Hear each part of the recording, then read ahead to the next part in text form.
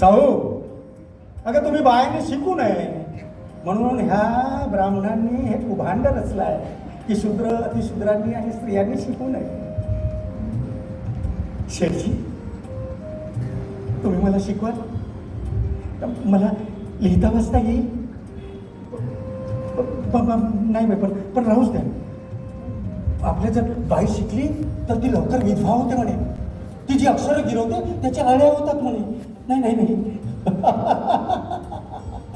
आणि चिमणाबाई आणि गोविंदराव यांना 2 मुलंच आहेत, राजाराम आणि ज्योतिराव. ज्योतिराव म्हणजे मी. आणि मग माझा जन्म 11 एप्रिल 1827 झाला. तेव्हा ही सनातनी जातीवादी पेशवाई, क्रूर पेशवाई जवळजवळ बुडाली होती. इंग्रजांचा अंमल सुरू होता आणि या इंग्रजांच्या अंमलमध्येच माझ्या बानं मला शाळेत घातलं.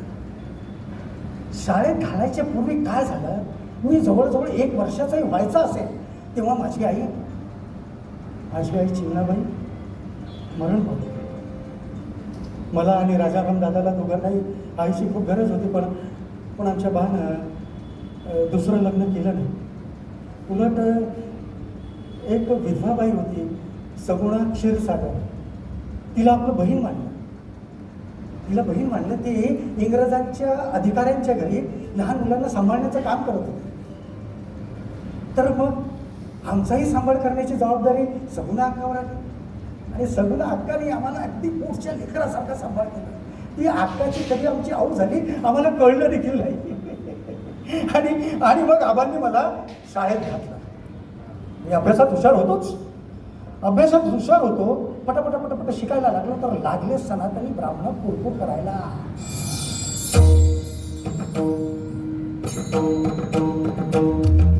ए गोविंद, अरे कसला धर्म गुरुवे घरातपणा करतोस रे बाबा? हा कसला धर्म करतोस? तुला माहित नाही आपल्या धर्मात शूद्रांना शिकण्याचा अधिकार नाही. आणि तू चक्क आपल्या ज्योतीला शाळेत घातलाय, त्याला शिकवतोयस? अरे त्याला माळ्याचं काम शिकव, त्याला शेतीचं काम शिकव. शिक्षण कसं हा आम्हा ब्राह्मणांचा उद्योग. असला अधर्मपणा करू नकोस. त्याचं शिक्षण थांबव त्वरित. आलं का लक्षात? हो आलं. विते विना शूद्र पशुतुल्य झाला, जोळा सांभाळीला ब्राह्मणांचा. ज्योतीची शाळा बंद.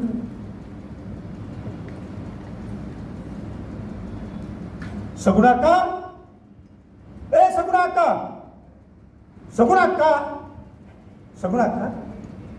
ज्योती कुठे आहे? ज्योती कुठे आहे? अरे कशा पायी ओरडत रे गोविंद दादा? अरे तूच त्याची शाळा बंद करून त्याला शेतीच्या कामात घाललं ना. आज 2 वर्ष झाले माझा लेकरू शाळा सोडून शेतीत राबतोय. सगुणा अक्का, माझी चूक माझ्या लक्षात आली. मी आता येत होतो ना तर आपले शेजारी गफ्फार बेग मुन्शी आणि लिजिट साहेब मला भेटले. गफ्फार बेग मुन्शी तर जवळजवळ माझ्यावर डाफरलेस. लाहौल बिलाकुवत. गोविंद भैया, ये क्या सुन रहे हम? आपने ज्योति की स्कूल बंद करवा दी. अरे खुदा का खौफ करो. इस होनहार बच्चे की स्कूल मत बंद करो, उसको स्कूल भेजो. बड़ा होनहार बच्चा है. अब लिजिट साहब आपने समझाइए गोविंद को कुछ. Yes, my child, Govind. Jyoti is very clever boy. His future is very bright. So send him to school. Don't bother about others what they are saying. Send him to school. Don't do this mistake again. Okay? Understand?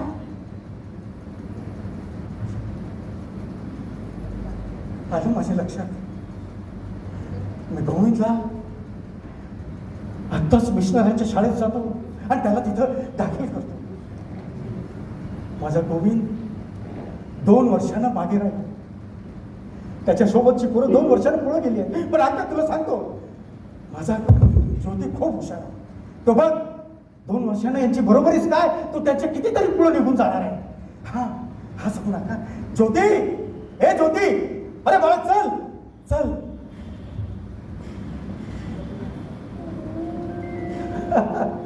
क्षत्रियांनो तुम्ही कष्टकरी व्हावे, क्षत्रियांनो तुम्ही कष्टकरी व्हावे, कुटुंब पोसावे आनंदाने, नित्य मुला मुलींना शाळेत घालावे, अन्नदान द्यावे विद्यार्थ्यास, सार्वभौम सत्य स्वतः आचरावे, सुखी वागवावे आर्यभटा. अशा वर्तनाने सर्वांना सुख द्यालं, स्वतः सुखी व्हालं. ज्योती म्हणे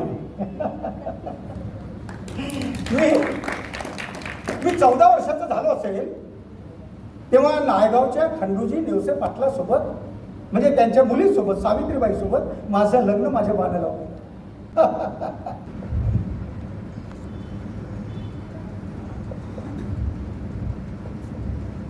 अरे गोविंद, हे पुरा, अरे काय असं पिझ्झातल्या भागा कधी हेरत जागा घालतोस? अरे झालं काय? आबा घोर अपमान झाला माझा घोर अपमान झाला. काय झालं? तुझा तो ब्राह्मण मित्र सखाराम परांजपेच्या लग्नवरातीत दिला होता ना, मग स्वतःहून नव्हतं गेलो आबा, मी निमंत्रण होतं दिलं होतं मला. पण यात माझ्या मित्राचा काही दोष नाही, पण माझा घोर अपमान झाला आबा, घोर अपमान. हा काय म्हणतो? अरे पण कुणी केला तुझा अपमान? हे पोरा, कोणी केलं तुझा अपमान? त्या शास्त्री बुवानं बरं लग्नवरातीत मला म्हणतो कसा, हे दूर हो सिंच्या खालच्या जातीच्या नीच शूद्र. अरे 4 बुका शिकलं तर काय आमच्या बरोबरीने चालशील? चाल वरातीच्या 10 पावलं मागणं चाल, 10 पावलं मागणं. अरे इंग्रजांचं राज्य आहे म्हणून कसंही बेताल वागाल? जीवाची अपमानाने जीवाची लागलं. अरे पोरा, इंग्रजांचं राज्य आहे म्हणून तू वाचलास, म्हणूनच तू वाचलास पोरा. पेशवाई असती तर असल्या गुन्ह्यांची काय शिक्षा होती माहिती आहे? असल्या गुन्ह्याची शिक्षा म्हणजे त्या खालच्या जातीच्या लोकांचं मुंडकं छाटून त्यांना गोल टेकडीवर तलवारीनं चेंडूसाठी खेळायचे.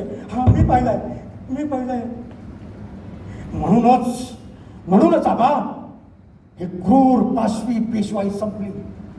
आता इंग्रजांचं राज्य आहे, समतेचं काय त्याचं.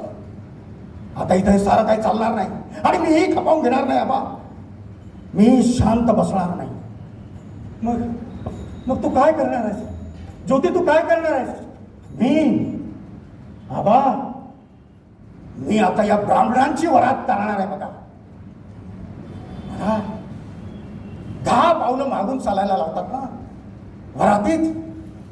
अरे वरातीत घोडा चालतो यांना, पण माणूस चालत नाही.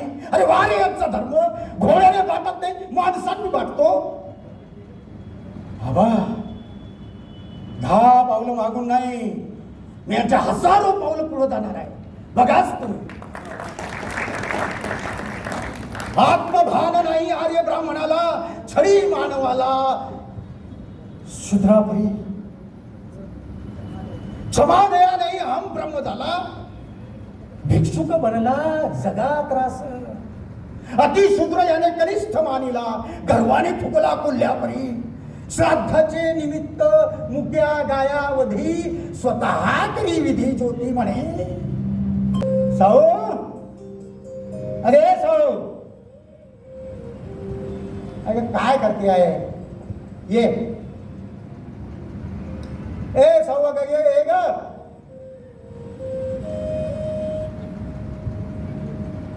सावित्रे, अरे अशी उभी काय राहिलीस? ये इथं माझ्याजवळ बस. काय म्हणून? हो घरातली कामं आहे ती. साऊ, आता भर दुपारी कुठली कामं आहेत? हा हे बघ साऊ, तुला आता शिकायचं आहे.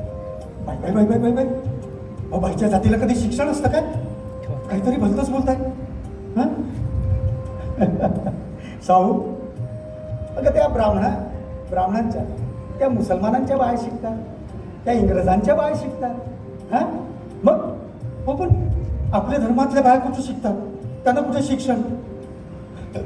जो साहू, अगं तुम्ही बायाने शिकू नये म्हणून ह्या ब्राह्मणांनी हे कुभांड रचलं आहे की शूद्र अतिशूद्रांनी आणि स्त्रियांनी शिकू नये. शेठजी, तुम्ही मला शिकवाल? मला लिहिता वाचता येईल? नाही बाई, पण राहूच द्या. आपल्या जर बाई शिकली तर ती लवकर विधवा होते म्हणे. ती जी अक्षरं गिरवते त्याच्या अळ्या होतात म्हणे. नाही नाही नाही.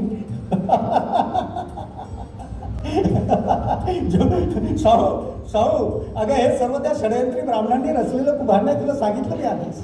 तुम्ही बाहेर शिकून पुन्हा तुमची स्त्री सत्ता निर्माण होऊ नये म्हणून त्यांनी हे सर्व असं स्त्रियांच्या बाबतीत लिहून ठेवलं. तुला शिकायचं आहे, लक्षात ठेव, तुला शिकायचं.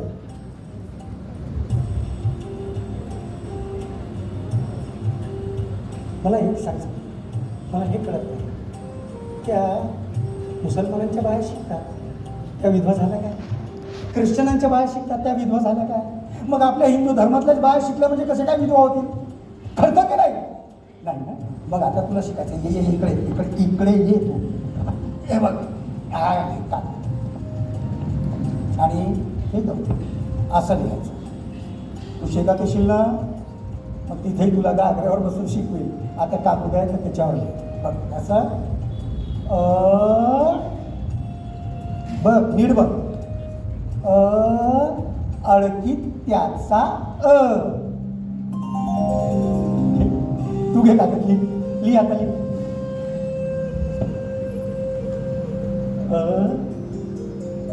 अळकीत त्याचा आ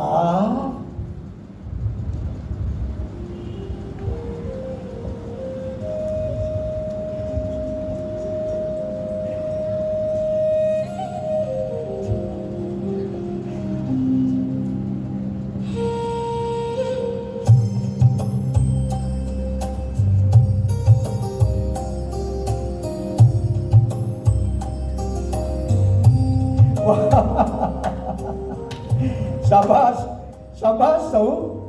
तू तर, तुला अंकगणित, इतिहास, भूगोल, तर्कशास्त्र सर्व सर्व तुला येतं, सारं शिकली. आणि तू 4थीची परीक्षाही पास झाली. वा वा वा वा वा. शेठजी, शेठजी, मी काहीतरी लिहिलंय, वाचून दाखवू? अगं काय लिहिलं, वाचून दाखव ना. ज्योतिबांचे बोल मनात परसा, जीवाचा आरसा पाहते मी. माझ्या जीवनात ज्योतिबा स्वानंद, जैसा मकरंद कळीतला. वा वा साऊ, वा वा. फार सुंदर काव्य केलं तुझं. लवकरच आपण तुझा काव्यसंग्रही काढू.